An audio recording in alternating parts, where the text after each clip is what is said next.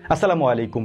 এই মুহূর্তে গোটা বিশ্বের ছাত্র সমাজ উত্তাল গাজায় যুদ্ধবন্ধের প্রতিবাদ নিয়ে। আমেরিকার মতো দেশ সহ পৃথিবীর বড় বড় দেশগুলির ছাত্র সংগঠনগুলি গাজায় যেন অতি দ্রুত যুদ্ধবন্ধের অভিযান শুরু করা হয় এ বিষয় নিয়ে উত্তাল হয়ে আন্দোলন করছেন। এই আন্দোলনে যোগ দিয়েছেন আমাদের দেশেরও ছাত্র সমাজ। তবে সবথেকে অবাক করার মতো বিষয় কি জানেন?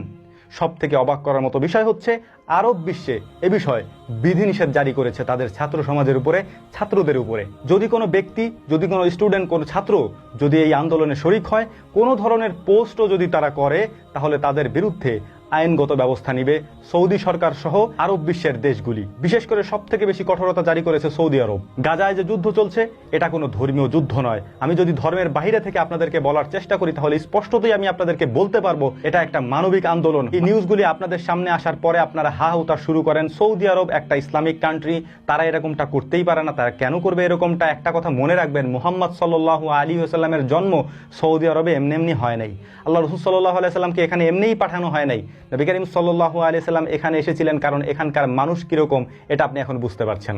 সৌদি আরব এবং আরব বিশ্বের এই কঠোর নীতির কারণে সৌদি আরব এবং সেখানকার নাগরিকেরা এ বিষয়ে প্রতিবাদ করতে পারছে না। এই ছাত্র আন্দোলনের সাথে তারা যোগ দিতে পারছে না। এর কারণ হচ্ছে সেখানকার সরকার বলতে কি সেখানে যে রাজতান্ত্রিক সিস্টেম চালু আছে, তারা চায় না তাদের দেশে কোনো আন্দোলন সংগ্রাম এগুলি চালু হোক। কারণ এরকম যদি হয় তাহলে তাদের সিংহাসন, তাদের মসনদ নিয়ে নাড়ানাড়ি শুরু হবে। এগুলি নিয়ে মানুষ তাদের মধ্যে চর্চা করবে এবং কোনো কারণে তাদের এই তাদের গদিও চলে যেতে পারে। বিশেষ করে আরব বিশ্বে যে দেশগুলি রয়েছে এর বেশিরভাগই ইসরায়েলের পেইড, যে কারণেই তারা প্রতিবাদ তো দূরের কথা। এই ইরাকের একজন স্টুডেন্টের একটা বক্তব্য দেখছিলাম, তিনি বলেছিলেন যে আমেরিকায় সর্বপ্রথম এই আন্দোলন শুরু করলো তারা, আমাদের লজ্জা করা উচিত, আমাদের এই বিষয় নিয়ে আমাদের ছোট হওয়া উচিত তাদের কাছে। এর কারণ হচ্ছে আমরা মুসলিম, এই মুসলিম কোনো দেশ থেকে এই আন্দোলন শুরু হলো না, আমেরিকার ছাত্ররা এটা শুরু করলো, আমরা করতে পারলাম না, আপনারা করতে পারবেনও না। এর কারণ কি জানেন? কারণ গোলামির জিনজিরে আবদ্ধ মানুষ কখনো মুক্ত বাতাসে ঘুরতে পারে না, মুক্ত কথা বলতে পারে না। আপনাদের অবস্থা হচ্ছে এরকম।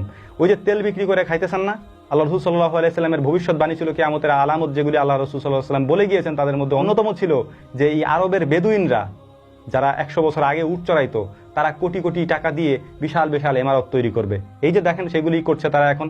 এরাই হচ্ছে পৃথিবীর সব থেকে বড় কিয়ামতের আলামত। আপনি যদি কিয়ামতের আলামত খুঁজতে যান পৃথিবীতে বিভিন্ন দেশে গিয়ে, এটা আপনি খুঁজে পাবেন না। এটা খুঁজতে হবে আপনার আরব দেশে গিয়ে, কারণ আরবরাই হচ্ছে কিয়ামতের আলামতের কারণ হবে। এর মধ্যেই সব থেকে বেশি আইয়াসী জীবনযাপন, অশ্লীলতা এগুলি আপনি খুঁজে পাবেন। আমাদের দেশের মানুষ অনেক বেশি পরিশ্রমী, তারা কাজ করে, তারা ধর্মের ব্যাপারে অতটা উদাসীন নয়। তারা যতটুকু পরিমাণে ধর্ম পালন করতে পারে ততটুকু পরিমাণে পালন করে। যাই হোক, এই বিষয় নিয়ে আর কথা বলে কোনো লাভ নাই, কারণ এই বিষয় নিয়ে কথা বললে মানুষ স্কিপ করে চলে যায়। কারণ এটা কোনো বিষয় হলো নাকি আমরা ঘরে বসে ওই যে এইটা বর্জন করলাম, ওইটা বর্জন করলাম, তারপরে নিজেরাই কিনে খেলাম, হুজুররা যা করে আর কি।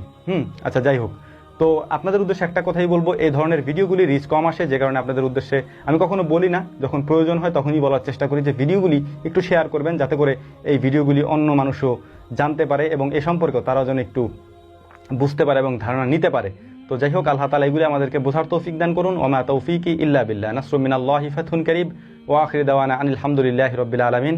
আসসালামু আলাইকুম ওয়া রাহমাতুল্লাহি তাআলা ওয়া বারাকাতুহু।